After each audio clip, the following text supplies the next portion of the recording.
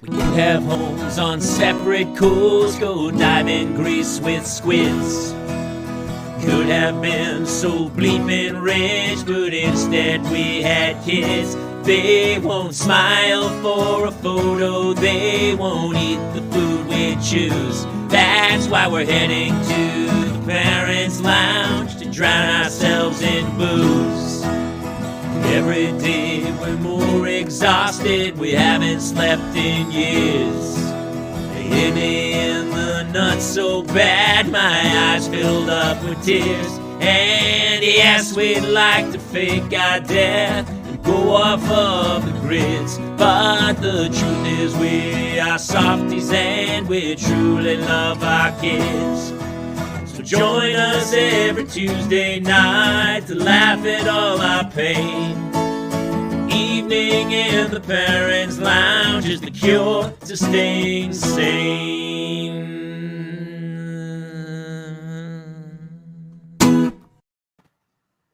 Welcome to our special Christmas edition of the Parents' Lounge. I'm Jamie Kaler, joined as always by Jason Gowin. How are you, brother? Hello, I'm here. I am here, my friend. It's a crazy month. It was crazy. I'm like the little engine that could every week, trying to just get to the Tuesday spot so I can let it all out. We have a lot to talk about. So let's bring in our resident moms. Of course, Clare Kramer and Kate Mulligan are here tonight. Hey, guys. Are you kidding me? I'm not dealing with it. I'm not dealing with it. No, I can't. Hi, Claire. She goes dirty right out of the chute. But that was just, Claire, before you showed up. These men were coming for my throat. And so I had to start. I had to start with my stance on how I feel about these two broads right now.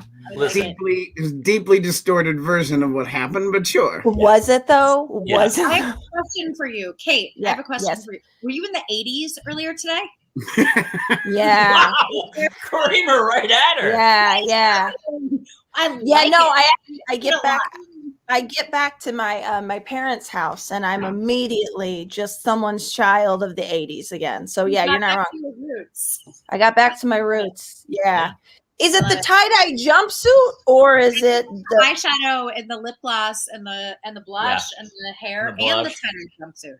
I mean, it's almost like you need just a Sony Walkman right here in the home. Now I'm wildly self-conscious because I actually thought my makeup looked good. No, there's a Punky Brewster vibe that I'm digging. Great, dude. I think it's also that I don't have my ring light with me, but I can tell you the show's going great for me already. Thanks, guys. Trust me, Heather's is going to make one more comeback. I know it is. And you are going to fit right in. It's going to be awesome.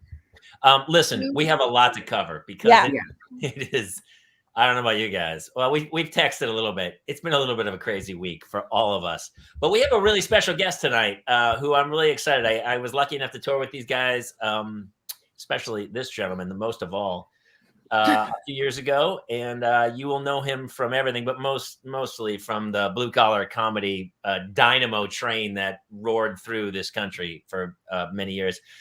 Bill Engvall is here joining us. Woo! Hey, Jamie. We're hammered in Utah. Claire, Kate, you meet Bill. Jason's done shows with him before, but he's a kind of our resident omniscient dad / granddad who comes in and he has offered, honestly, out of all of our guests, he's offered more good advice than anybody, I would say, Jason. Right? Ooh. Yeah, he was the one that told me next time when I was going to have kids to try leasing before I buy. He did. It never fails. So before we get started, I have a theological question for the group. Mm-hmm. Sure. Is it wrong to set your cocktail on a Bible so you don't leave a glass ring on the coffee table? It's right. It's right. That's right. Jesus is the reason for the season.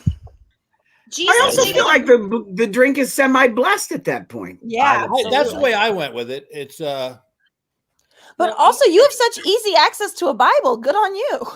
Yeah, I keep them. That's light reading. Well, tell everyone your recent degree. I mean, you are an ordained minister at this point? Yes. You just finished a doctoral degree in theology, I believe? Yeah, I'm officiating a wedding the first of the month. and then I've got 2 more in February. So it's fun. I like it. Well, the good thing is, I mean, probably all 4 of us are going to have another marriage somewhere down the line. So it's always good to know that you're there, Bill, to help us out. Yeah. My record still stands. No one's gotten divorced yet. So was this something that you did specifically to be able to marry people, or was this something that you got interested in and then people are like, oh, hey, you got that credential? Can you marry us? You know, that's a great question, Kate. Thank you. We can just end it there then. Everybody, I had a good question. Thank you. Actually, I'll tell you, it's kind of a weird story. When I was playing Reverend Paul on Last Man Standing, it was a role that I really dug, and I kind of got into it. And I have a buddy who's a retired Episcopalian priest. And I said, do you get any books on theology, like Theology for Dummies or 101, or because I didn't want anything deep. And he did. And I started reading them and I really dug it. And then COVID hit and I thought, what a great time to go back and finish up and get my degree. And so I finally got to walk and got my degree. And now I host a little thing on Sunday mornings on Facebook called Sunday Mornings with Bill. It's just a 10-minute I love that, by the way. We all love it. It's awesome, dude. Yeah. Like it's not preachy or anything like that. It just kind of gives people a little inspiration. And now that I'm heading into retirement from the road, it's given me something to do. It's so crazy you say that because when I was on, I worked on My Boys for a while, and after that, I found myself wanting to become just like the character, just a drunk guy who did idiotic things, and you don't have to go back to school for it. No, it's just, it's much that works cheaper. out well. You take the DUIs out of that; it's a much cheaper way to go to achieve your goal. And and I think it also it really helps your kids look up to you. Oh, when your wife always, when they say where's daddy, and she gives the address of the jail, then they always know where you're at. Yes, yeah, and it's easy to get in.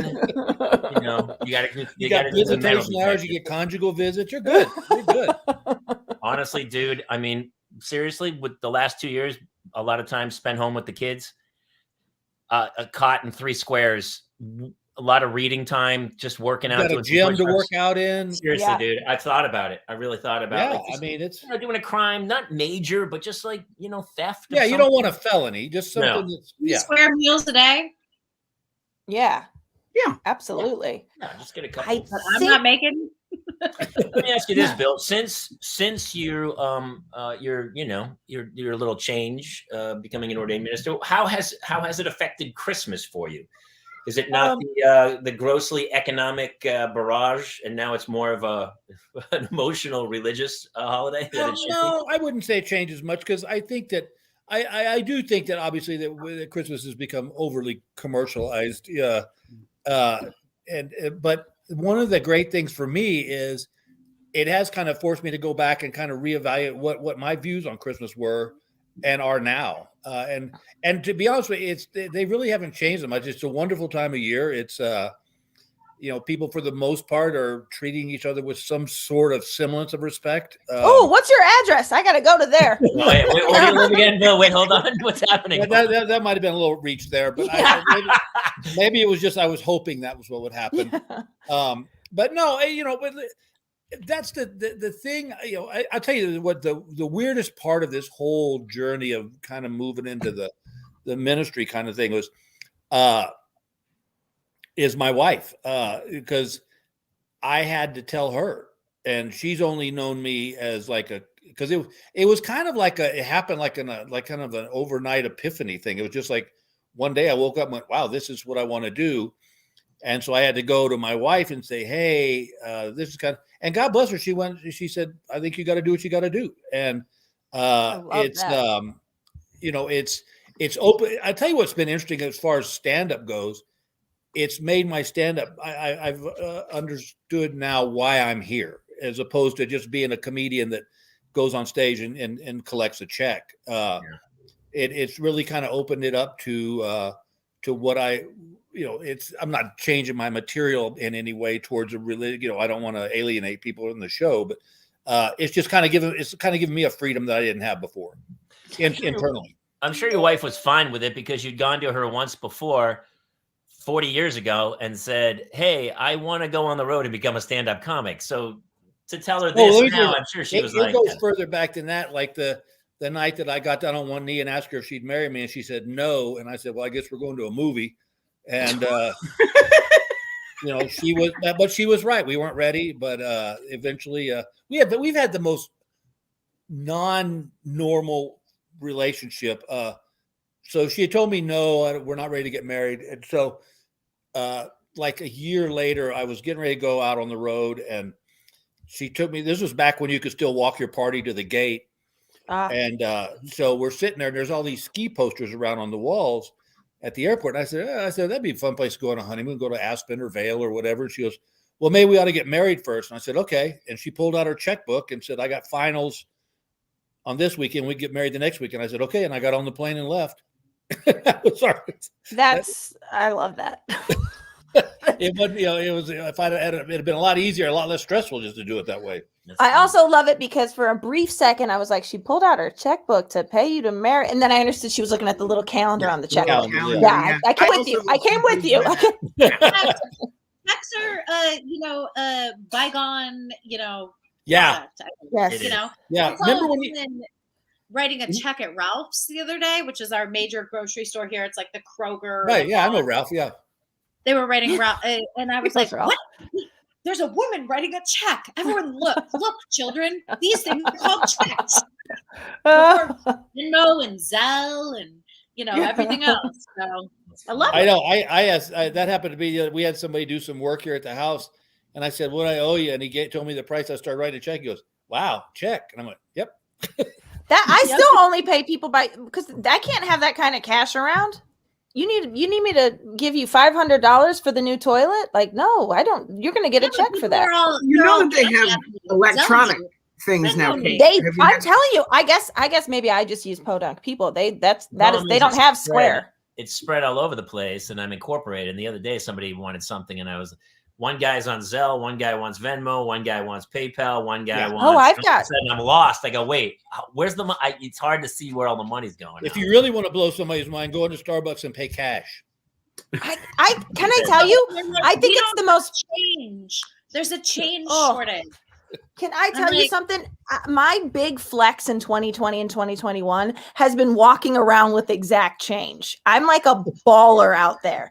I'm talking about counting out 76 cents if you need it. Okay. You have to meet my mom. My mom pays exact change everywhere for the last 50 years. You guys, that little change purse that you the little coin pocket. Yeah. I'm telling you, they're like, there's a coin shortage. I'm like, ding, ding, ding, ding. Oh, is there? I got everybody covered. I got it right here in my little pocket. My mom does not have exact change. She gets upset, like, oh darn it, oh shoot, shoot, I don't have enough pennies, and you gotta keep 9 pennies with you at all time. At Ralph's, are they doing this? Happened to me the other day at the grocery store.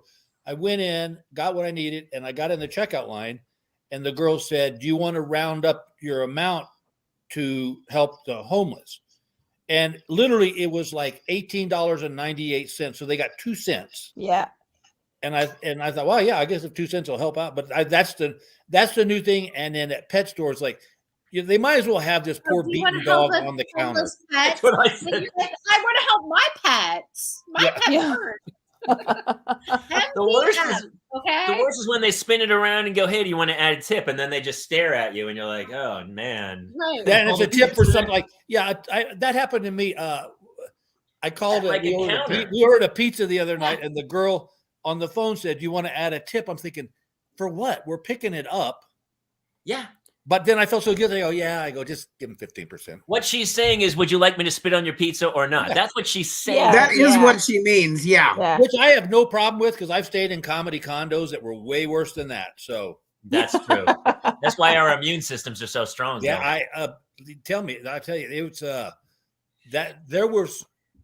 I remember staying in condos that when you got in the shower, and I don't mean to. I hope I don't floor it, but there was hairs on the soap.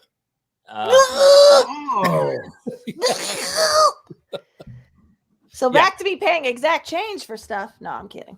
That's Genevieve, I agree with Genevieve. Yes. So speaking of disgusting places, Claire was in daughter. Vegas. Claire, you were in Vegas all weekend, right? With 4 children. I was in Vegas, and by the way, sorry, I had to mute myself. I just got a call from my daughter. It was like, I don't want to talk to you. I don't like you, but are you at 9? I'm like, okay, I am. So that's what's coming in the teenage years. I was in Vegas. I went on Friday. We drove and got there. The kids played Saturday, Sunday, Monday, and came back Monday night, and then sent them to school like nothing happened today. Tell Bill, was the soccer tournament or was that dance? It was futsal, which is indoor soccer. Futsal is, so my boys, if you guys follow this podcast or any other podcast or anything that I'm on, my boys play like LAFC soccer, so they're doing that, but they got recruited to this futsal team in Santa Barbara. So every Friday they leave school early. They leave at 1. They go up to Santa Barbara. They train for 6 hours with their team there. And last year, my older son went to Worlds, and they got actually 3rd place in the World Tournament for his age. And so they're doing it again this year. Now we got Sky involved, who's my younger son, who's 8. And it was crazy. Yeah. We went, and I had okay. You're a much better mom than I would have been. Listen, I was actually just rolling into this podcast last super minute because I was at my younger son's field soccer, LAFC soccer holiday party or whatever. And I'm like, do the gift exchange. I got to go. I got somewhere to be. See, just because I'm obviously older by far than anybody in the room here. No, Bill. No. I'm from the 80s. So well, you're still stuck in the 80s, Kate. Yes, so I'm going to go back further to the 60s. Okay. When we played sports, when the season was over, that was it. No Christmas parties. No, we're not going to go to Vegas and play in a tournament. Nobody's getting a trophy because we lost. Yes. It was like when my kids played soccer at AYSO. The best thing I ever heard was his father said this. He goes, "You know what AYSO stands for?" I go, "What?" And he goes, "All your Sundays occupied." I'm stealing that because my daughter played AYSO. Yeah, that's funny. Yeah, and then all this. Then they get into. Then there's this indoor whatever it is. Do they all have to have the same uniform, the same gym bag? Yep. So the boys are nationally ranked in the indoor soccer, and in outdoor soccer, they're in the professional training program to be in LAFC. So we bought all into all the bullshit. We bought full in. We're in. They skipped over AYSO. They never did AYSO. They went from park soccer to like this.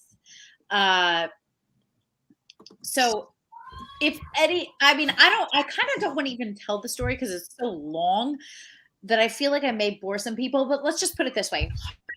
Hart's team was going to advance to the finals of the regional conference. There were 3 regional conferences, North Carolina, the West Coast was here, and then the East Coast, I'm not sure exactly where that was. And I'm going to go East Coast. Was in position to be number 2. Game 3, 17 seconds left. It's tied. It's going to go. Whoa. It's just me and you, Claire. It's we were leaving. We thought it was going to be a long story. We were all going to take we were going to do a costume. I was going to do a costume change, but I'm sorry. Did you not see the cue list? It's so great to be in charge of the buttons. It's the best. It's the best.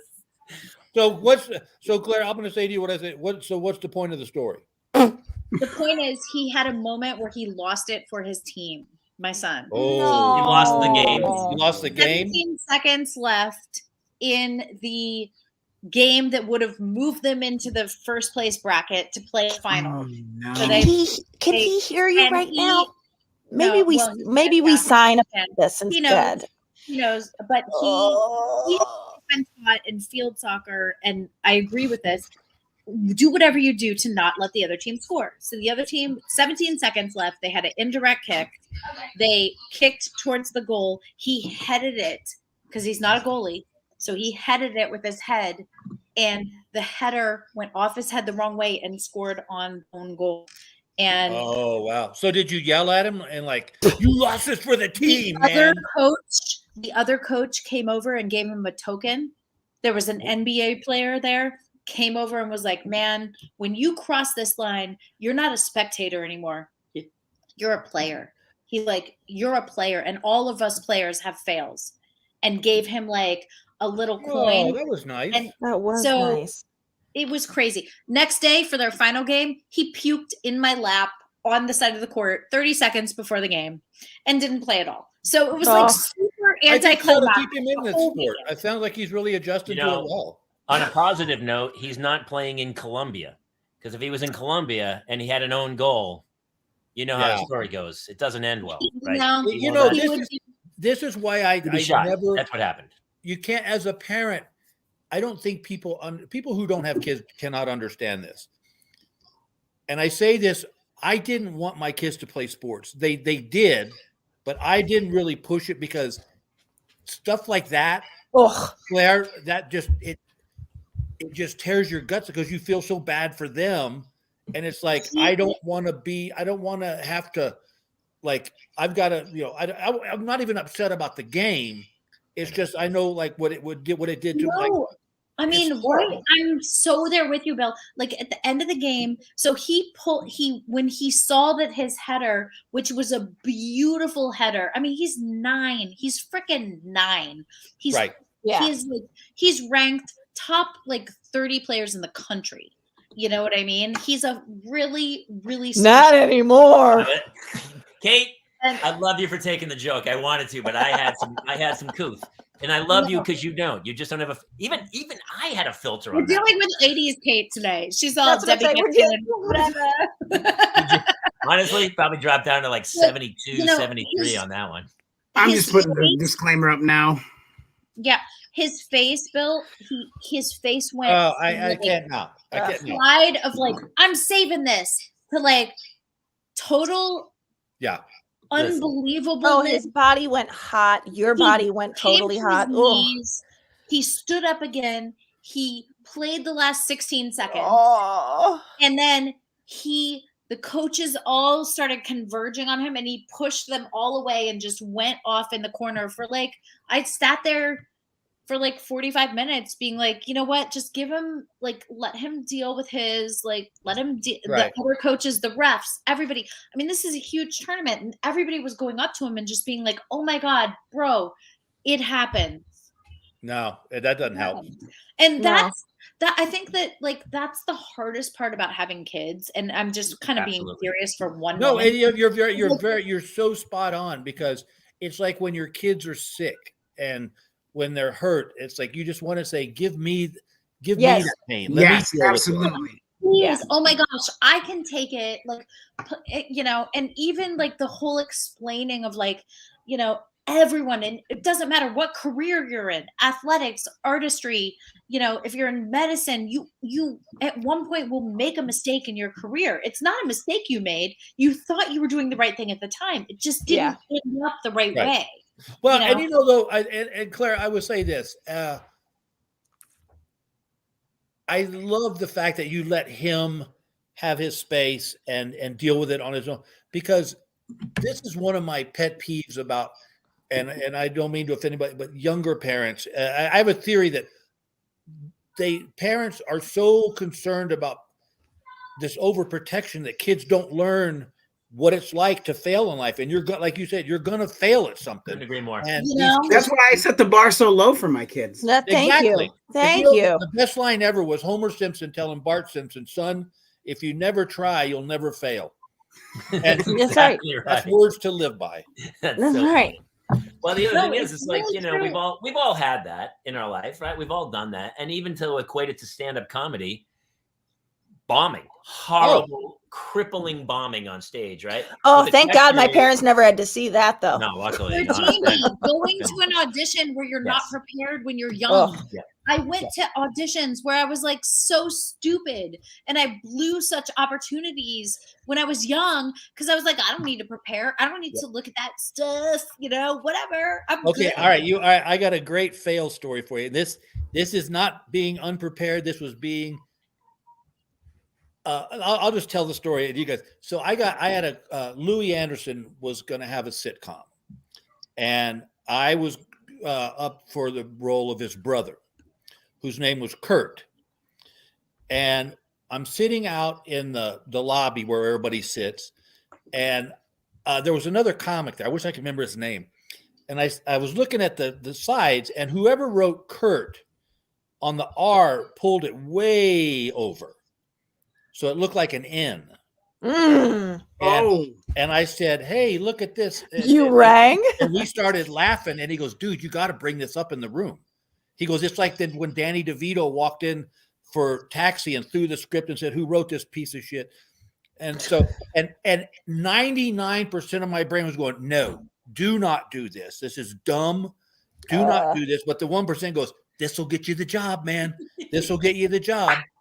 So I'm sitting there, and this lady walks out and says, "Bill?" And I said, "Hi. Yeah, it's me." And she goes, "You ready?" And I said, "Yeah." I said, "I'm not really sure what part I'm reading for." And, thinking I'm being really sly about this. And I pointed to the name, and she goes, "Kurt?" And I went, "Oh, I thought it, see, it might have looked like another word." And she went, "Oh, okay." And she walks in the room, executives, directors, Louis, and she goes, "This is Bill Engvall. He thinks he's reading for the role of cunt." And I literally said, "Thank you for having me." And I walked out of the room. I've done that. Oh my God. And it was like, I knew it was stupid. But it's like, and you walk out and you go, that was a life lesson learned right there. Mm-hmm. Right there. And just like with your kid, and next time he'll know. Wait, was the life lesson to not trust other comedians? Because that's what I'm pulling from this. Well, I didn't that think guy set you up until I was driving home, and I went, I got set up. I got totally set up. You got set up. But I couldn't even blame him though, Kurt, because if I'm that stupid, then you can't put that blame on anybody but yourself. No, I know. I remember coming back from my it was the final day of the High School Musical. I had no business being in it, but I was like sort of the school comedian, and I got the funny part. And I remember overhearing my parents in the kitchen. I was like on top of the world. I felt like I had nailed it. People loved it. And I heard my parents saying like, "Yeah, she didn't even crack the last note this time." And I remember just feeling like, which is why I'm like very triggered. I'm like, "Oh my God, does your son hear us talking about this, Claire?" Because I got a question for the group, because I don't know if my family was. Do you guys have Christmas traditions? Yes. Like, I will give you an example. Like, when my kids were little, I would take my cowboy boots and I would put them in the ashes in the fire, and I would walk from the door to the fireplace. So when they Christmas morning, I like that.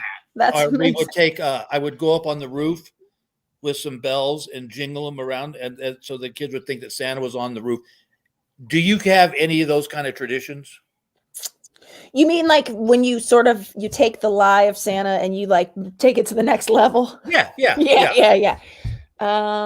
My kids are just out there, so I'm kind of quiet. But we do Easter Bunny footprints in flour in the backyard up to the Oh front. yeah. I cut out a stencil and then powder the footprints and stuff. Yeah. For Christmas, you like do the milk and cookies? We like do that. Yeah, like we leave like the crumbs and stuff. Note, carrots for the reindeer. Yeah.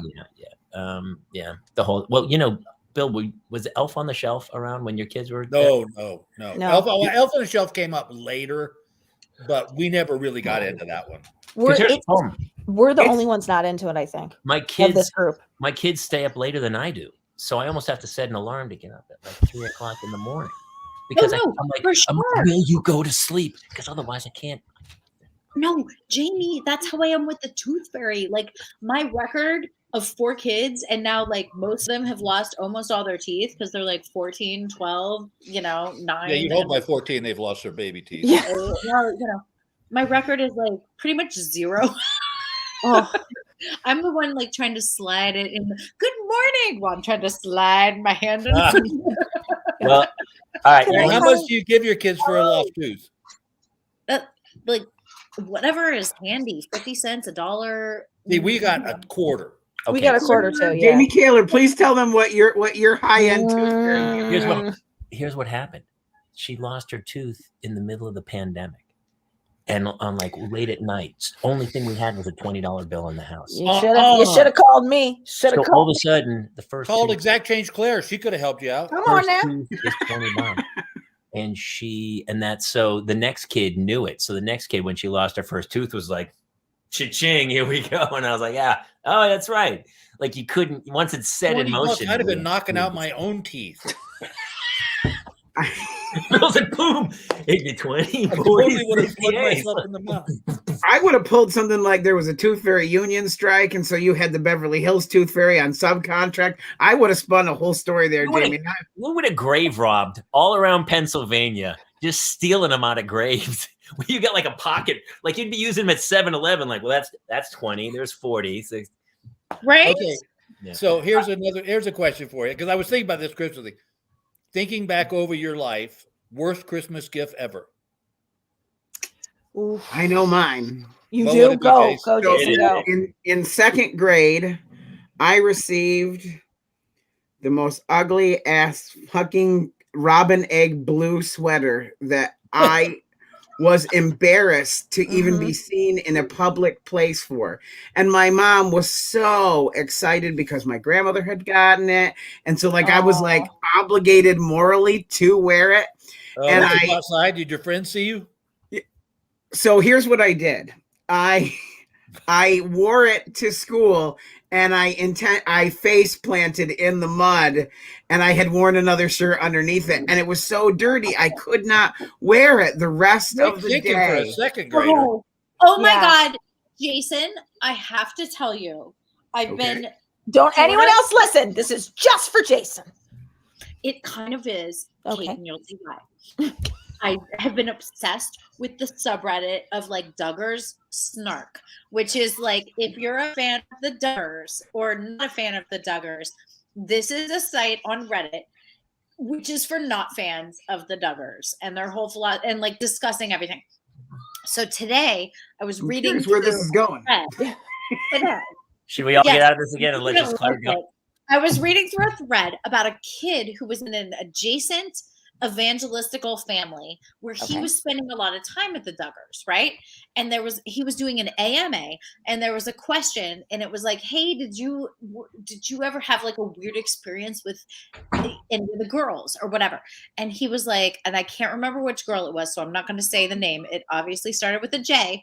One of the girls was in the house with the guy who was doing the AMA, and one of the kids had just peed on the couch, right? Okay. And so now I see where I tie into this. Yeah. Instead of cleaning it up, she came and sat in it. And he was like, hey, yo, you're sitting in pee. She's like, I'm not allowed to change my outfit unless it's dirty. So I'm making my outfit dirty. Wow. You guys were quick thinkers. Those are. Bill, what was what's a present you remember getting that you couldn't stand? I would probably guess the most disappointing on Christmas morning was there was actually fruit and nuts in our stockings. Which sucks. And I had asked my parents for the record. I'm going to show my age again. The record, the War by Edwin Starr. Oh, that's a good one. Great song. But my parents were so unhip, they didn't understand that and got me the War album, which could be some of the, now that I'm older, I like it. But back then I was into the what's popular, and War was this kind of weird off shit group that, and I remember looking at it going, this is this is not it. And my mother goes, well, we heard it's really good. And I'm like, this is why I should just shop for my own stuff. Yeah. But yeah, albums I know the story sounds like a pretty pathetic story, but you have to understand that in the 60s, man, music was everything. That was it. They gave you albums. I remember getting the Go-Go's and opening it, and they're all in, like, I forget, I was in like high school or something. It turns out it's a good album, but I was like Christmas morning, and it's all the girls in the bathroom with the towel on their hair and in the makeup. We got the beat, baby. Like, hey, look at me with the Go-Go's or something. I think I was like 16. I was like, what's happening? This is weird. My sister's had it work. It was cool because my grandmother, bless her heart, she's gone now, but she used to make them underwear. out of like flour sack material, and my mother made them wear them while Grandma was visiting. And to this day, they still say, "Tell Grandma we want wash rags and dish towels out of that flour sack material." Yes. Yes. So Grandma wasn't really shooting for comfort then. No. We don't need any more underwear. Make us towels and That's like rags. the weirdest, Bill. That's a weird, Yeah. that's a weird gift. That's like No, Grandma's because kink is where kinky. did you grow up, Bill? Where'd you grow up? I was grew up in Arizona, actually, a little town called Winslow, Arizona. Okay. It's Winslow, Arizona's in a song. Yeah, If you stood in the corner there, That's yeah. what it is. Thank yeah. you. Which actually, the funny thing is about that song is that Eagle when song, Jackson Brown wrote right? the song, he wasn't even in Winslow; he was in Flagstaff, but that didn't fit into the song. Right. So he changed it to Winslow, and Winslow said, "Yeah, we'll take it." So, Yep. Done. That's funny. Sorry, stealing. all right, Kate, what's your weirdest gift? Your most disappointing? I don't, it's funny. It's akin to yours. It's sort of just, it's going to make me sound just kind of like a greedy little whore. But honestly, I think it was that, like, I wanted, like, when I was in junior high, like Doc Martens were it. It was like everybody had these shoes. They were Doc Martens, and I was like, I want Doc Martens. And it was just against like the pathos of this family to ever buy a name brand anything. So I got like the knockoffs. Like the Kohl's version of that. Knockoffs are the worst gift because you're so wanting the original. I was like, oh, okay. They don't even look. They're not even a cool color. They're brown. Like it was just. And Doc Martens. These are Nurse Jackie's. This is truly. terrible pair of shoes. It was like basically, I was like, I just opened this is just a Dr. Pepper. What is happening? No, different Doc. Okay, now so you guys all have young kids. Yeah. No. How old are your kids, Bill? Well, my kids are 30s. Okay. Mine are older than theirs. You got a 14-year-old, you said. 14, 12, 9, 8. Okay. So you might be at what age do you realize your kids know that Santa's made up? Well, I mean, possibly for Jamie just now. Today. It was today o'clock. That's soundproof. It's all good. Yeah. Go ahead, Kate. Go ahead. I don't know.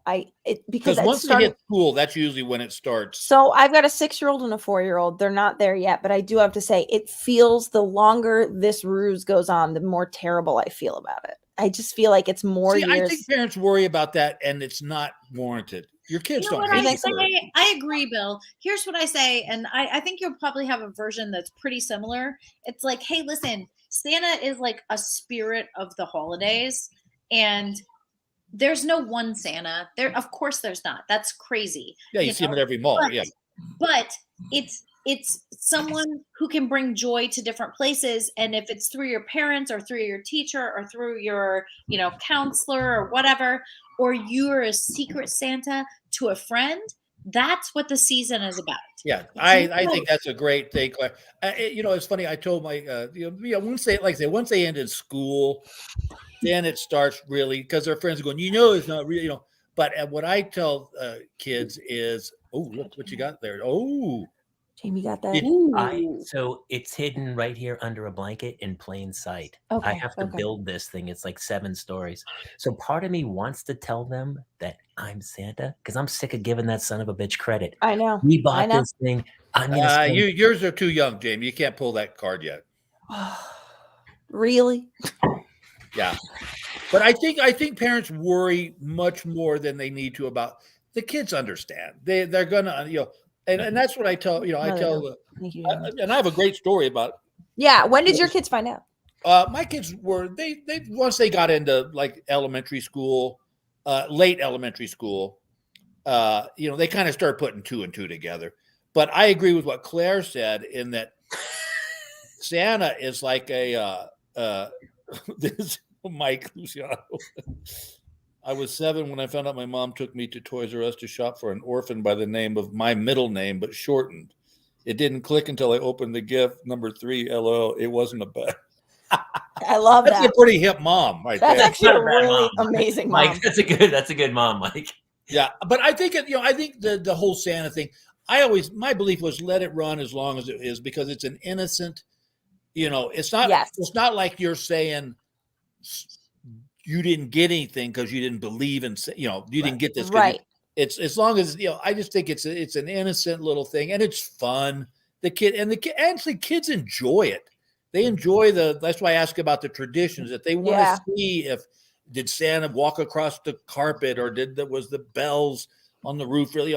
And I think sometimes parents worry way too much about that, about what their kids are going to think. Bill, since we're here already, let's start, shall we? This is Claire, who is 6 years old. Claire, Santa, I have a list. Not me. Not me, the other Claire. She does. She I wrote have a list. She wrote a book. This is it. So when I opened it, this is the inside of it. Okay. Here we go. Here we go. Mini brand. Chapter books. Looks like Hatchimals. What's a Hatchimal? Kaleidoscope. Yeah, they're a toy. They're like these little collectible toys. Rainbow highballs. I had a couple of those at a party one night. I don't remember a lot. Yeah, I was going to say rainbow highballs. Rainbow highballs are cool. I know I had a good time, but it was. Jamie, put that back up because I'm pretty sure. Oh, it's going back up. I just wanted to open it up for that. Because I think we've all had a couple of rainbow highballs. Yeah, New Orleans. Am I right? Anybody else? The beauty of them is they're all inclusive. Everyone can have a rainbow highball. Everybody. We leave them for Santa every year. One rainbow highball there underneath the tree. Unfortunately, it makes building that castle take. And then we just stare at the tree and go, wow. The trailers are amazing. The other one down the bottom ones, it looks like Ramosin, chloroform, car. Yes.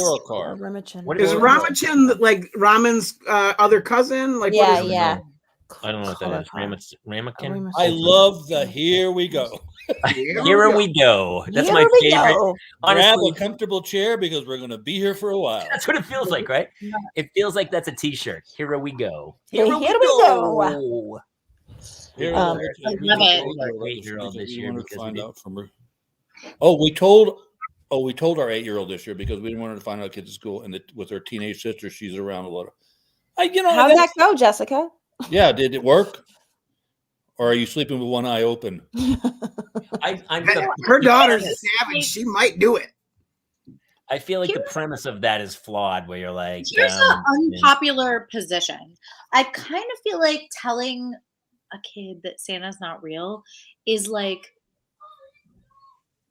making it less important than such issues that are important, like for women, like menstruation, or for, boys, like, physical, whatever, touching and like, I kind of feel like they should just discover it on their own and just be like, yeah, it's kind of not real. And you're like, yeah, kind of not, you know what I mean? Instead of you're saying let them find out on their own. Sorry, it's not real. We have to write a banner for Claire, though, because the same kind of thing we have for Kate, when Kate says something that's really filthy, we have to have another banner for Claire that says, I know this is a really innocent, beautiful topic that we're going to all enjoy and laugh at, but Claire's going to take us into that place where we feel a little uncomfortable about it. She'll bring it right back. She'll bring it back to 9/11 if we need her to. You know what I mean? I'll like, hey, we're going to the beach. 9/11, no problem. I can. Let's all go to the beach and play volleyball, and then Claire's like, "Yeah, but what if we menstruate there?" Claire, all of a sudden. Well, that's the other Claire, I'm going to count to 3. One. I know that Kate and I are going to have a little supplemental with women's topics, and that supplemental will cover that. So don't worry, Jamie. Jamie's gonna, Claire's gonna explain. You know what? I think that Jamie should feel very lucky that on that list is I'd like to get my period. Yeah. That was on the back flap. Yeah. Oh, you said flap, honey. You didn't need to say flap in that. I'm sorry, guys. We had, just so you know, wing. if you look through the right side of that page, there is a back flap. We haven't gotten there yet. We're not. Do you think the list is done? Here's the back. OMG doll. An OMG doll. A Welly Wish. Yes. American Girl. Skosh and a Mellow. I'm not sure. No, a Squishmallow. There, it's like it's a Squishmallow. Come here, River. Hold on. I've got someone here to explain the Squishmallow. Squishmallow.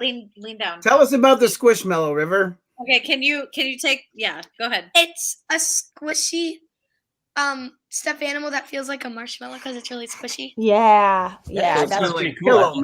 Hey, River, really quick. What's this? What's the bottom of the right side? What does that What's- one mean? Ramison Klorkar. Which one? The bottom right. Ramison Klorkar. Chlorocar. Color. What is that? Maybe color car? Robinson Coral Car. Ramison. This, Ramekin. mini brands are like little Yeah, toys. we know the and mini. they're like tiny like things of like Yeah, my friend has an advent calendar of mini brands and they're like we have that too. mini It should just be called things. choking hazards, I believe. Yeah, But yes, yeah. very small little brand name thing. basically choking Well, hazard. here's the 8-year-olds. We'll go Okay. right to the 8-year-olds, which is here. Hopefully the writing's better. Yeah, It is wow. a little bit Oh, better. wow. Look My at that. Christmas list for Santa. Wow. This one's so professional. It's like it's a letter to her boss at a major corporation. She's like, to whom it I may feel like- concern. This is her. To me, Christmas this was letter. like her demands at a job when she's like negotiating a salary. Well, here it is. Right? Here it is. Here it goes. That's cool.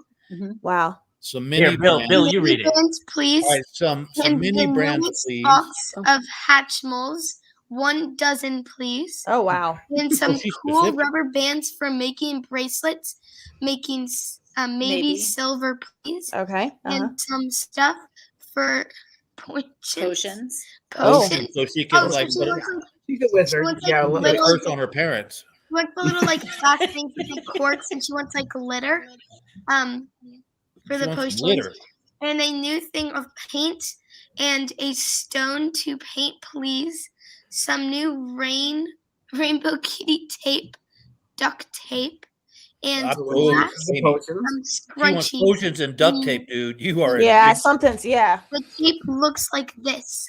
Duct tape. But do you see the top of that page? She goes, "The rest you Rest can you pick." can pick. And then Santa. The rest you can pick. I love that she wants potions and duct tape. The only thing missing is Thank you. like Handcuffs. flex ties. Yeah. Yeah, Yeah, and exactly. and a bag of limestone. A Yeah. ball peen hammer, a shovel, Yeah. And just a weird kind of napkin that smells funny. 3 Yeah, she's passports like, under different aliases. Well, She's like, her I'd like some sister tape did have to huff. chloroform, so yeah. a ball gag. Yeah. Hey, wait, what is happening here? But she that's says, Mom- oh, please. Mommy's got one of those. Go ask Yeah. Mommy. She's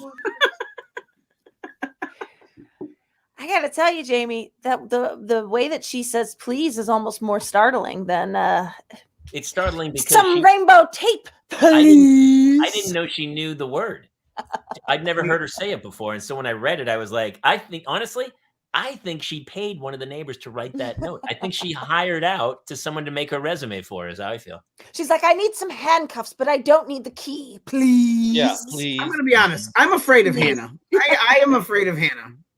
Hey, Bill, I have a question for you. Here's your sign is obviously your master trademark. I just loved all the little, because I keep seeing things and it reminds me of like, yep, here's another idiot or something. And do you remember any Christmas ones specifically and stuff? Because I just remember this time of year. You know what's weird, Jamie? I'll tell you that we did a "Here's Your Sign" Christmas song back in 1987, and it's still being played on radio. Oh, I'm sure. And like and they weren't even really good ones. It was just but I think the only one I remember was I said we were at a manger scene, and there was somebody asked if those were the 3 wise men, and I said no, it's ZZ Top playing a religious song, and it was just stupid, So, but yeah, no, it's my favorite Christmas story ever. And this actually goes into the Santa being real or not, or being a energy. Gail and I had gone to New York, and I purchased for her the most expensive piece of jewelry I have ever bought in my life. Ooh. I'll just say I would love it details. was 5 figures. Can I see a picture? And the guy said, and Gail was there to pick it out to make and have all the things. And the guy said, I'll have it there on Christmas, on the 22nd. Well, we were here in Park City, and 22nd, nothing. The guy calls, he goes, it's stuck in Memphis during the shipping process because it's a holiday, it's kind of falling behind. And so Christmas Eve, I was up on the mountain skiing, and they always have a guy down at the base dressed as Santa. and I kind of I'd finished the run and I was kind of skied down there. I was kind of standing by him, taking my skis off. And he goes, well, Merry Christmas. And I said, hey, Santa, how you doing? He goes, I'm doing good. He goes, anything I can help you with? And I said, Santa, if you got one last thing for me, it's just, if you could just make sure that ring that my wife loves and has cried when I bought it, if you could make sure she has that for Christmas Day, that would make my life. And he said, well, I'll see what I can do. You know, just some guy, he played the part. He was great. Yeah. I went in, put my skis up, put my boots up, was walking back across the parking lot to the house. And as I get into the driveway, a FedEx truck stops in front of my house and the guy hands me the ring. Oh. And I said, Santa is real. Yeah. He does exist. I love that. Now, conversely, heartwarming story. But Bill, what about? I got a funny story. That's a valid question. When we moved to LA, there was this. This is my favorite story. There was a certain brand of toilet paper that my wife liked that they didn't sell it in LA. It was a Texas brand. Okay, so we know it's not Kirkland. No. Okay. So my mother-in-law, she classy, cute, to send us a case of it for Christmas, and she wrapped it. Now I don't know if y'all have ever seen a case of toilet paper wrapped, but it is the exact dimensions of a 55-inch color TV. And she put my name on the box. Sunday Christmas morning, I ran into that room, ripping it open, and there's toilet paper. I think, wow, there's a CD player in there or some, computer. 144 rolls of toilet paper. So Santa's not real. Okay. Not even Charmin or Northern Cloud or whatever. It wouldn't have mattered. It was the Kirkland version. By the way, she also gave me 10 pair of underwear. What the hell do I need these for? I got 144 rolls of toilet paper. Were they made out of a flour sack? That's the real question. I just want to say, okay, when you guys were calling back, like, oh, worst Christmas gifts, Jason, you talked about that sweater and whatnot, and Kate, I had the best childhood ever. I had like the best, like almost like magical every year Christmas gifts. So my mom now, who's older, she's out in LA. My father's passed away. She cannot be bothered with Christmas anymore. She's like, she's busy counting change, honey. She's all, I need, like, what do they need? Not what do they want? Not what's like a cool gift for them. Like, what would make a nice moment? No, she's like, she's like, what do they need? And, and I'm like, well, I don't know. They don't really, I provide for them what they need. So I'm not sure they need it. Well, then, I'm just going to get them underwear and socks. And so literally like last Christmas or the Christmas before, I can't remember which one, like the boys were like digging in their stockings and they're like, it's socks, it's underwear. What's going on? And so like, there's that shift in mentality, but my mom and my father growing up provided the perfect Christmases. So that's kind of like what I'm aiming for with the kids, but not as well. I would don't set yourself up being the perfect, because then it's hard to keep that up. It's, and I know it's hard to keep everything up. Yeah. Well, exactly. 4 kids. Wait till you get to be 65. The thing with Christmas is kids have to understand that Christmas doesn't mean you get everything you want. In fact, I have a friend who I think has a genius idea. He does it for birthdays and Christmas. Is they get to open one present a day until the presents are gone. And his reasoning is, if your kid goes into their birthday or Christmas or whatever, and there's all these presents, yes, they rip through them so fast they don't appreciate the gift that they've just been given. That's correct. And it also extends the holiday out a little bit. Our family always did a thing. Dad would always pick one present that we could open on Christmas Eve, because we did our presents on Christmas morning. Yeah. But you got to, and he would pick it out. He never picked out the big ones or what, it was always like. That's really, I agree with the Christmas Eve thing, but that's really interesting about the one who wants to like amortize the presents. Right. Yeah, exactly. But it's not about I think that in my opinion, off the cuff, yes. I don't know, babe. It's not here. It's funny. We don't do a version of that. I'm sorry to cut in. I didn't know if you were going to still talk to No, your go ahead. That's okay. No, I was going to say we let them open all of them, but then we make them give away the same number of what. So if they get 10 gifts, they have to find 10 things that they're giving away to kids. Oh, I like that. I think that's amazing. Yes. Yeah. Because we don't need all of this. No, we don't need. We have a friend who they give their kids only just 3 presents like Jesus got.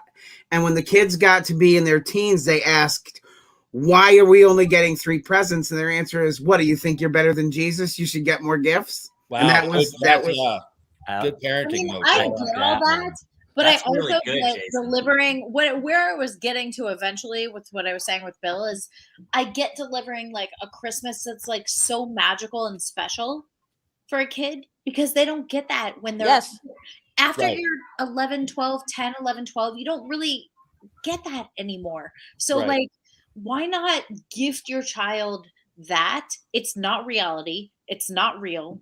Yes. It's not the norm, but it's something like super special that as a parent you can give them. I don't know. I was always shocked when I started to meet other people and everyone was like, oh no, Christmas morning. My whole family I'm the youngest of 6 and they're all spread over 20 years. So even when I was like 7 or 8, they had wives and kids or husbands and kids and stuff. So we all met on Christmas Eve. We'd have dinner at like 3 and at 6, everyone would freshen their cocktail and we would all sit like 13, sometimes 19, 20 people around the tree in the living room. And each present would be opened individually. Because it was from everyone. I love that.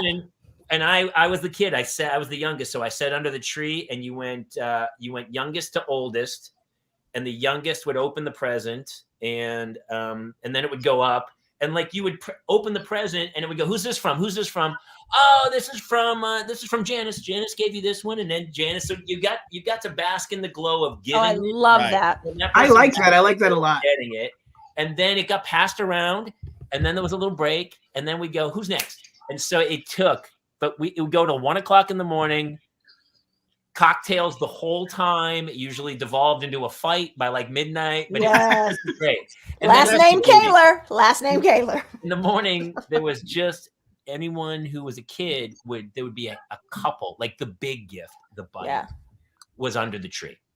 And that was put together and put okay. So you got your big gifts on. So you still got, Santa didn't bring you 57 presents. He brought you 2 or 3 presents and they were the big ones. Right. And that's actually a really good idea. I thought it was amazing. And then I would go to other people and the kids would just come running out, whoosh, whoosh, whoosh.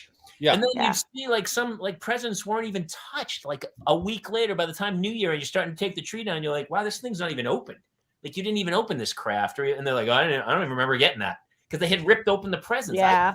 For me, it's like each individual gift means so much, but it's not like that here. It's just utter mayhem. It's like. Well, my wife and I are right now trying to figure out how we're going to control the twin wrecking crew because they're 2.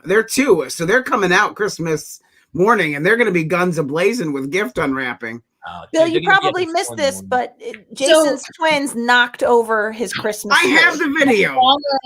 Oh my gosh. Do you want to play the video? Does anyone have that video? Okay, so to set this up, like you, Bill, my wife went back to school during COVID, and she just recently got a job as a medical biller and coder at home. Oh, good for her. I'm watching the kids during the day, and I left the room to put 2 armloads of laundry in from washer to dryer. Okay. When I came back, this is what I found. I see who's responsible for this. Who did this? Dad did not do this. I had nothing to do with this. Who did this? Logie? Did you do this? Logan?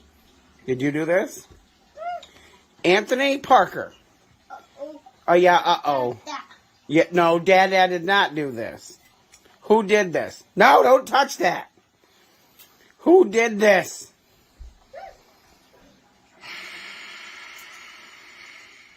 Also, why are there apples all over the floor?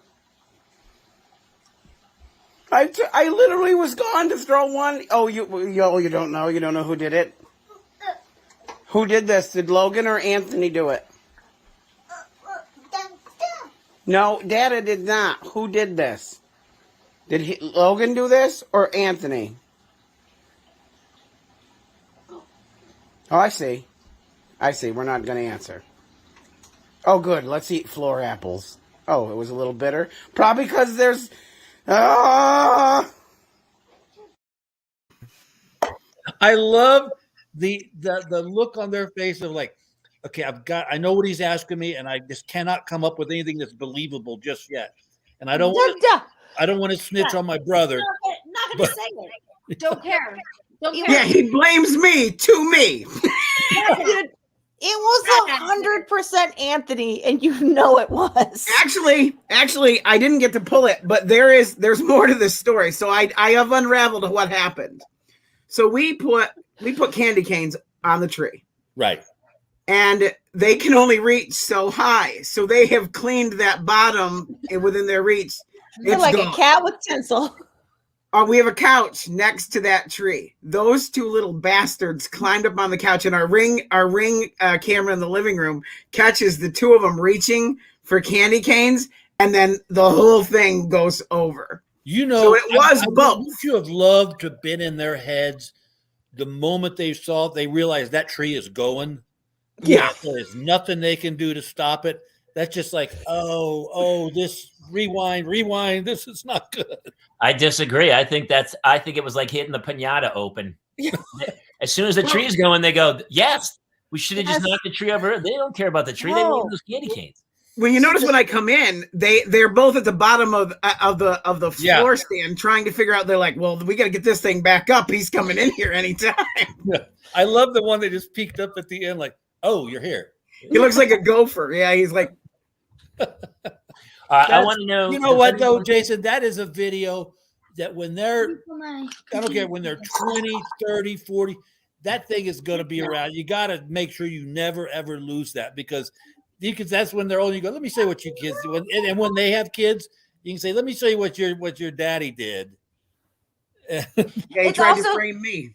It's also so sweet. I mean, maybe you wouldn't have shared it with us if you had been having a different reaction, but you can just tell what a great dad you are that you were like, no, Dada did not. You were very sweet about the whole thing. At the end of the day, it's a tree that fell over. No big deal. And my wife wasn't quite so understanding about it. Wait a minute. Wait. Did you leave it laying down till she got home? That's parenting. No, she saw the video after. Oh, right. Okay. By the way, 100 years ago, that tree would have been lit with candles, and they would have burned the whole house down. Just so we're on the same page. This would be a GoFundMe for Jason's show right now. Jason and his kids. And it still might be. I don't know. I'm thinking. No, it's still close. All right, I want to hear. I've been thinking about it. Do you guys have a very specific Christmas that you remember being your favorite Christmas? I'll give you a second to think about it because mine doesn't even involve kids. Like for me, sometimes because I have kids, they're great. But I remember I had been living in LA like 2 years or something. And I had this crazy bartending job at O'Brien's, and it was super fun. And I was a single guy. And I feel like this ends with a blowjob in a phone booth. I'm just calling it right now, everybody. And I second that. No. Okay. Thank you. Eventually, but it didn't. But so it was. Here's why I loved it so much is because I had taken all my luggage. I went down to the bar. We were having a little Christmas party and stuff. And I didn't want to leave, but I had already booked a flight to go home to visit my parents. And I was like, yeah, I got to. And everyone was like, no, Kaler, stay. And I'm like, I can't. I have to go. And so they waved me off in the cab from in front of the bar. And I was like with my luggage. And I was, excited to go home. But I was like, oh, man, I can't believe I'm leaving that party. And I got on the plane. And just as I got on, the woman got on and she's like, hey, we're overbooked. We're offering $1,000 to anyone who wants to get off the plane and get back on tomorrow. And I was like crawling over chairs. And somebody's trying to get up. I was like, you're not getting that. And I ran to the front of the plane and they gave me the voucher for $1,000 and booked me on the next day. And I got right out. I was like running through the terminal and jumped back in the cab. I got a cab and I went back to O'Brien's. And I walked in and they were like, Kaler! And I was like, this is the greatest Christmas of all time. Party, I'm up 1,000.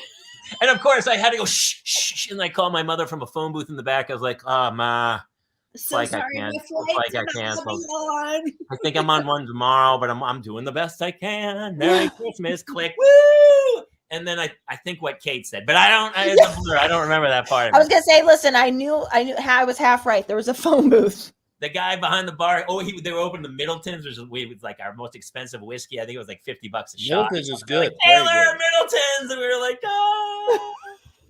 It's sad that one of my favorite Christmases is it's not me as a child. It's not with my kids whatsoever. It's literally me getting a grand voucher on a plane to go back to a party. I gotta tell you that is just as legit as like it was when my 1-year-old, the wonder in their eyes. I mean, I don't have any specific memories of my kids having a great Christmas necessarily, so it probably is going to be about me. I got stuck I was at Boston University, and I had this mad crush on this girl this whole semester, and I didn't. We never chatted. She was in my class or whatever, and I couldn't talk to her. And then we got snowed in, and my parents couldn't come get me. And of course, I went to Crossroads, the big bar there, and she was there. And her flight, everything got canceled, and so we got stuck together for a few days over Christmas, and then I think we dated for like a year. Also ended in a phone booth. I was going to say it ended. you called your mom from the phone booth. Shh. Mom, I'm not gonna make this. You not believe what's happening. I can't right make now. it. I'm not gonna be there. I don't know what to tell you. I'm done. Okay, so originally for this episode, I had planned a word association, sort of like cheer game, but I kind of threw that out the window when Bill came on, and I got inspired by what Bill said when he said, sort of that. Your wife, Bill, says you got to do what you got to do. Okay. So this sort of game or word conversation is called you got to do what you got to do. And I'm going to say something, and then you guys need to answer as if your partner has posed this to you. Okay. Okay. So I like this, Claire. It's called This you is got also to going do to end what in you a got phone to do. booth. You got to do what you got to do. I'm making it up on the fly based Love on it. Bill's sort of like, hey, you're gonna marry me after this time and date, and she's like, okay, we got to do what we got to do, and that's happening. So okay, here we go. You got to do what you got to do. Let's get rid of this blank. Okay. Jamie, start. Pandemic. Your partner says, let's get rid of this couch, or let's get rid of this favorite item of yours from college. And I say, go for it. I basically said that to anything because I just stopped giving it. Basically, she says that all the time. She goes, hey, I'm gonna buy this like white leather couch. And I'm like, well, we have a 6-year-old and an 8-year-old. But you got to do what you got to do. She just bought like Serena and Lily wallpaper that is absolutely gorgeous and deserving of a museum. But like within a week, it had like Japan prints on it. It was done. And so even as she's putting it up, I was like, you got to do what you got to do, man. But I would never. You're insane, but you got to do it. Okay, so Jason, I'm not ready yet. Wait, is this a different one? No, same. I don't know because me being agreeable on it depends on how much it weighs and if I'm the one that's going to have to carry it out. Okay, so let me just fill this in.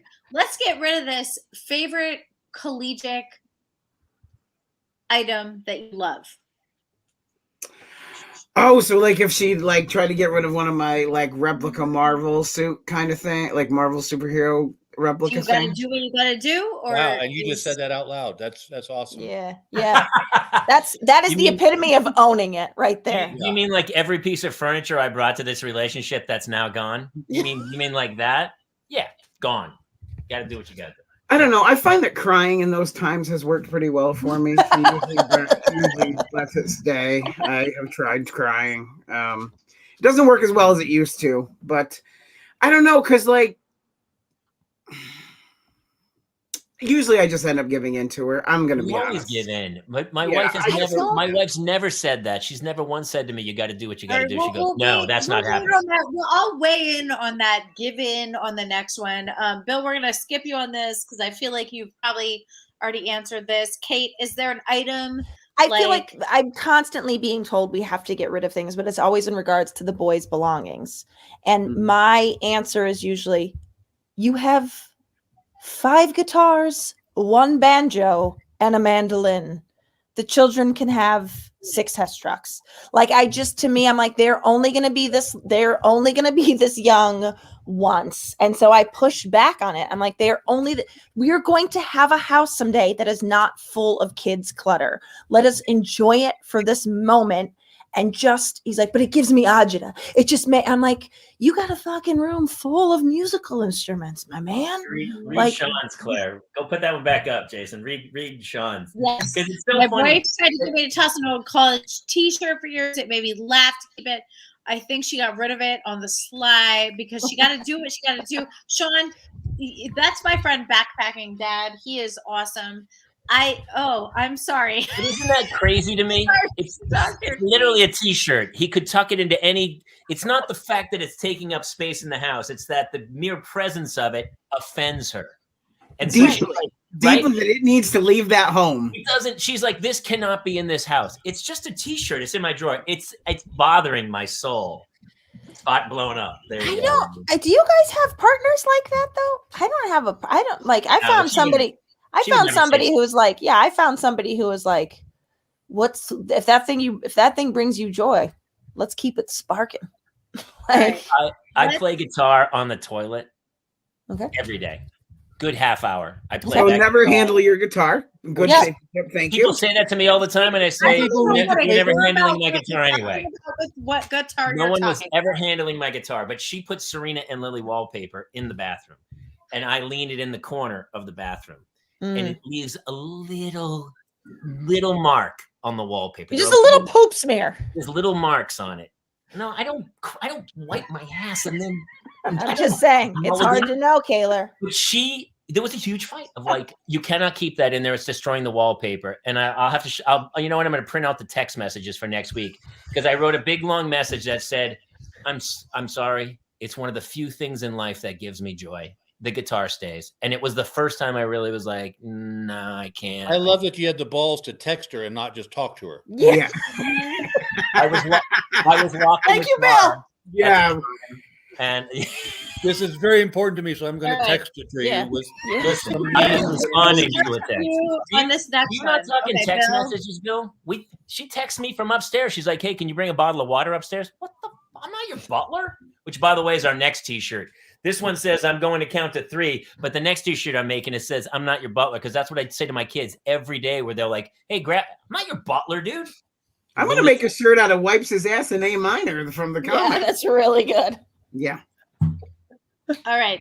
Here we go. You gotta do what you gotta do. Next question. I got some puppies. Jamie?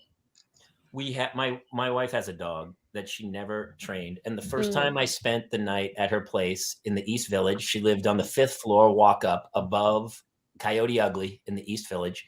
You couldn't sleep. A lot of red flags there, Jamie. A lot of red flags there, dude.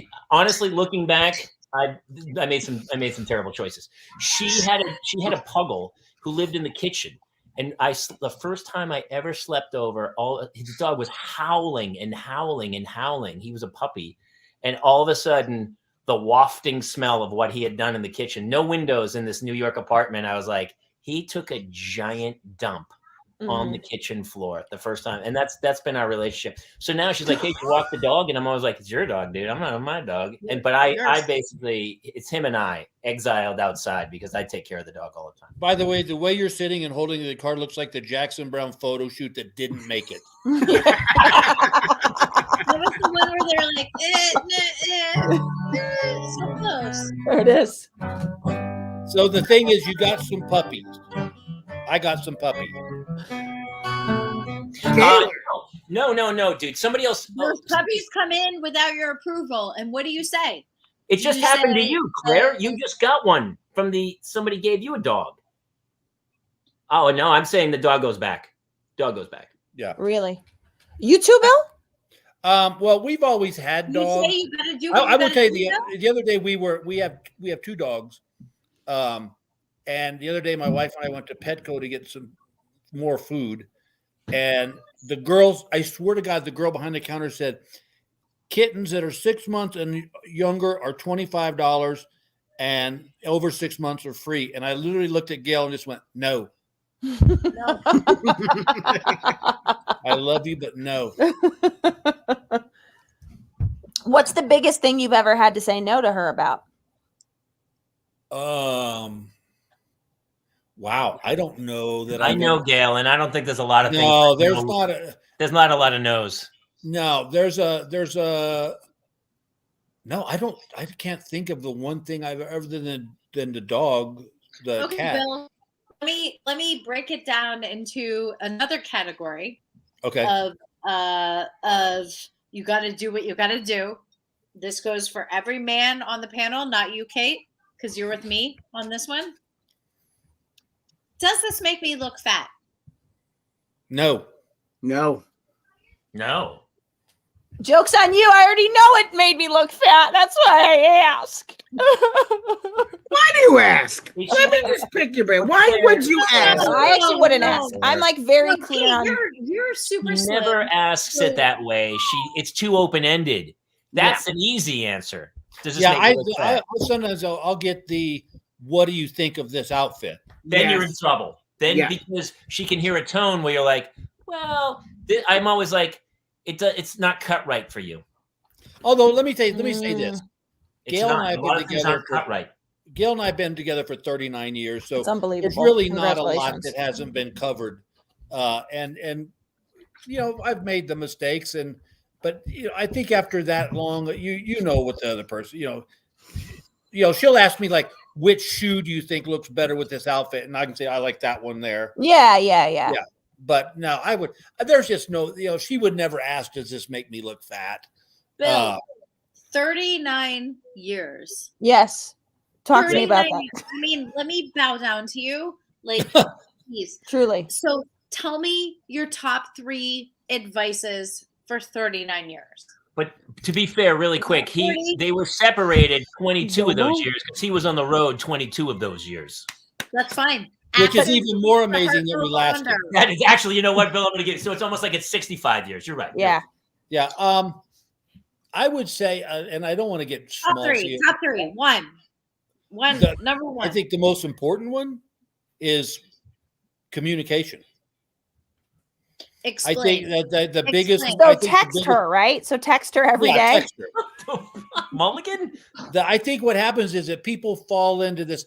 They just hold it in, and they don't really. You've got to be able to talk and say, like Gail will say, I used to ask Gail, "Are you telling me this as my friend, as your husband, or as someone who's not involved in this?"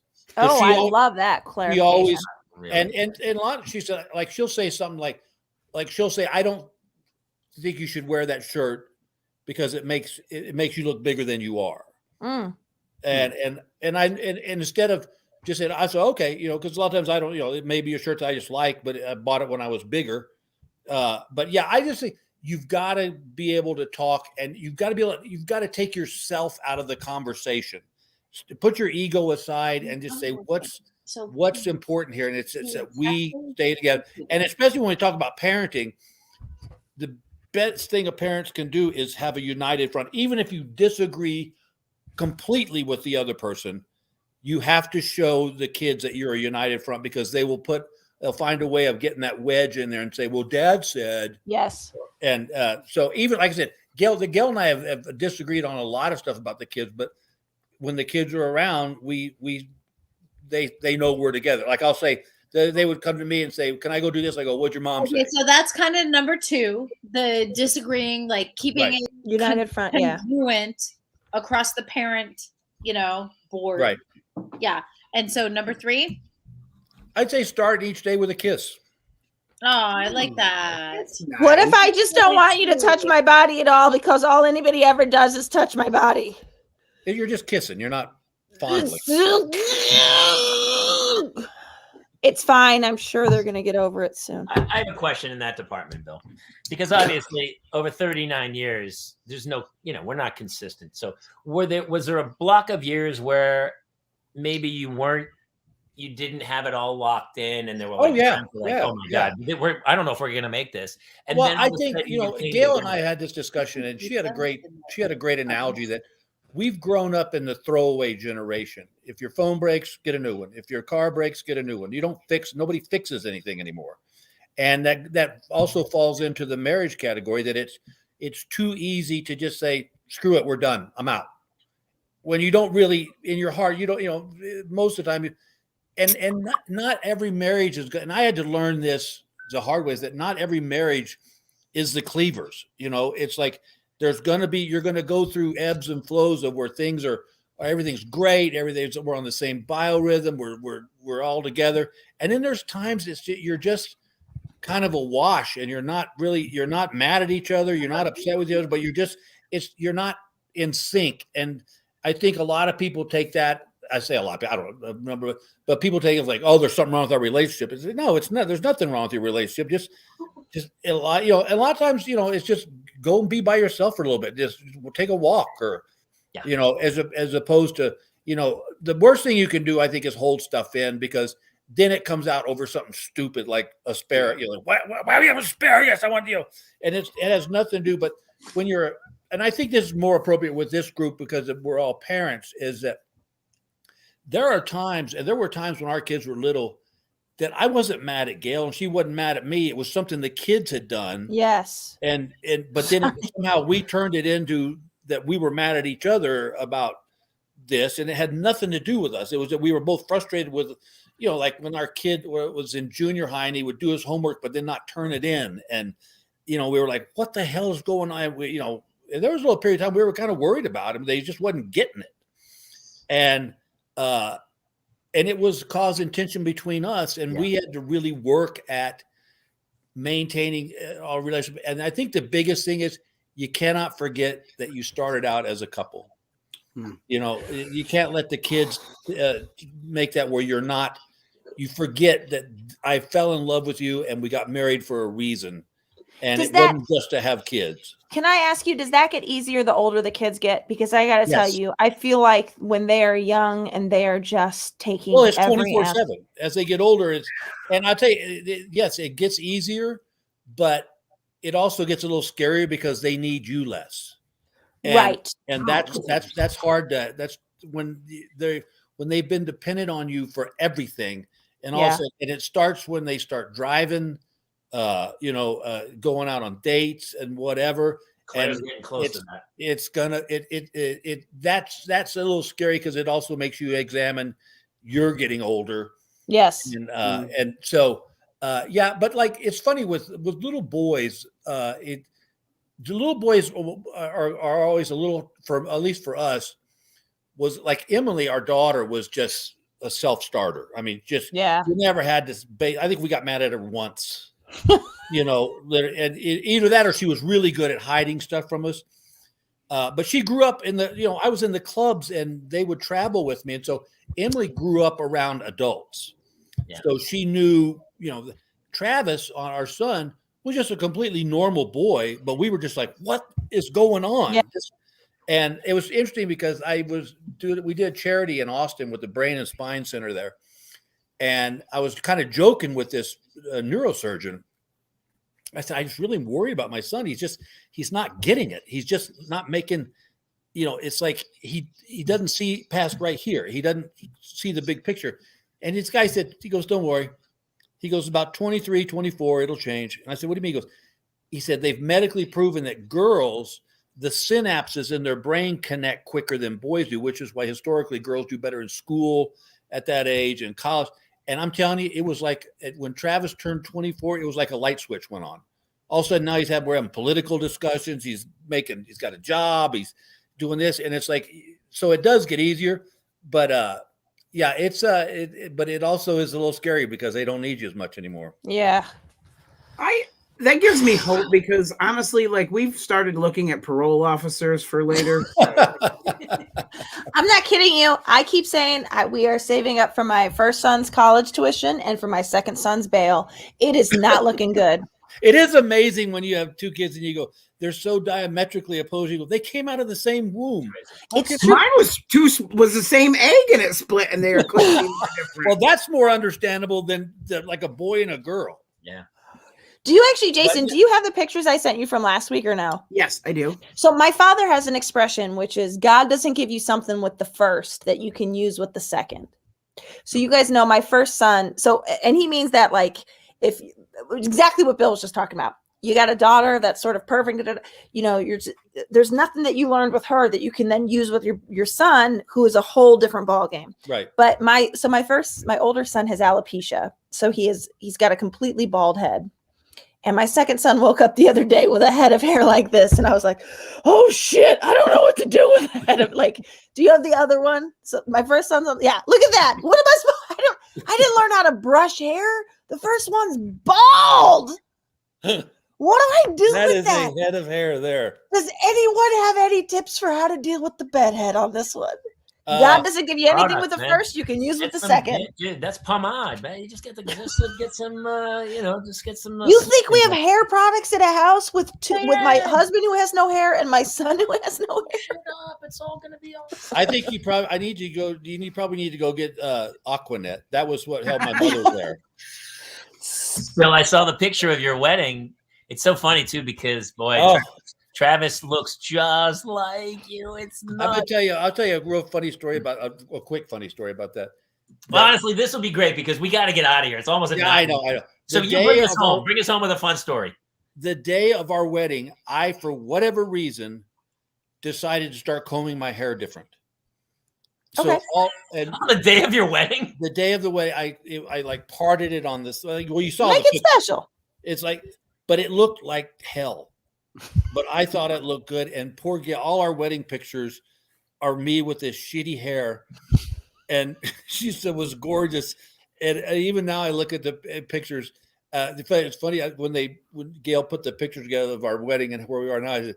I said, at least we can say we got better looking with age. Yeah, show the. Oh, Jamie, I can't.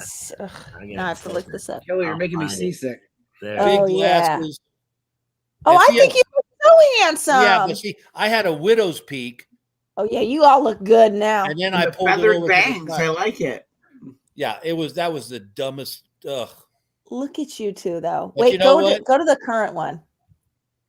Yes. Wait, Gail looks exactly the same, by the way. Can anyone else? Gail doesn't age like at all. She didn't age. Yeah. Well, listen, gang.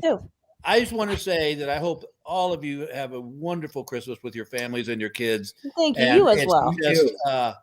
It's a real special time, and enjoy every second of it because, we're sitting here now waiting for granddaughter to show up, and it's exciting to, she's learning to sing Frosty the Snowman, and it's the best time of year. And I will leave your listeners with this. Also, don't forget the real reason we celebrate Christmas. And that is? To have a Bible to put the eggnog on. Thank you. A Bible you can set your eggnog on. Hello. Did you miss the point? You, I can't. I've known you forever. Thank you so much for coming and playing. And obviously, time got away. It was just such a fun conversation. It was really rich and rewarding and funny and a lot of insight there. So, well, I had a blast, and I'm so happy to meet Claire and Kate. Likewise. Thank you. Hopefully, our paths will cross again somewhere. And Jamie, love to you and the family. Jason, take care of the boys. I will. See you soon, Bill. Good to see you, everybody. Bill Engvall. Thank you so much. Well, he's the most delightful human on the planet. Isn't he he's a delight. I honestly could have talked to him the whole time about being a minister. I was like, wait, go back. Because honestly, there's been part of me that like every time I'm in church and I'm like listening to like the preacher preach, I'm like, I could spice this up a bit for them. Mulligan, God's not going to take a call from you now. I'm just saying the Episcopals are fucking groovy. Claire, unmute yourself. Oh, was she talking? I'm so sorry, Claire. She was trying to, but she's all muted. That and everything I said and more. So whatever, yes, that's all happened. You guys were awesome. We kind of kept going. I kept looking at time, but I was like, what are we doing? It's a Tuesday night. Listen, if Bill's free, we're good. Yeah. We got Christmas plans coming up. We'll do one before New Year's, and then a lot of stuff in 22. You guys are going to do some crazy stuff. And what did we wanted to promote? Oh, on Christmas Eve. Yeah. We have our guest, the Grinch, is here. We do a reading God, so of exciting. The Grinch Who Stole Christmas. Yes, he will be telling his side of the story. We got to the bottom of a lot of stuff, and I think a lot of people are going to learn some insight about the Who's that they're not all they're cracked up to be. Yeah, as you can see here, he's not who he was painted to be. Yeah, he's a good guy. He's a good guy.